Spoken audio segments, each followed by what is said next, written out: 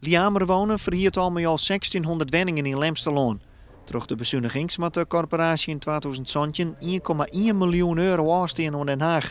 En dat had voor zelfs grote gevolgen. Dan zullen wij zeg maar niet meer in de toekomst niet zo gemakkelijk zoals het nu gaat, zeg maar, investeringen in nieuwbouw, in leefbaarheid, maar ook bijvoorbeeld de duurzaamheid van ons huidige woningbezit verbeteren, waardoor mensen lagere woonlasten krijgen. Doordat de woning beter wordt geïsoleerd. Ja, dat soort dingen zullen wij dan in de toekomst niet meer kunnen doen. Alle huurders van Liamer wonen gaan een brief krijgen met de oproep deze petitie te tekenen. Woningcorporaties gaan miljarden in het geweerd in de miljardenbezuinigings, maar de huurders waren er op nota meestentijds boeten houden. Het is niet alleen wat wij willen, maar het treft ook zeker de huurders in de portemonnee.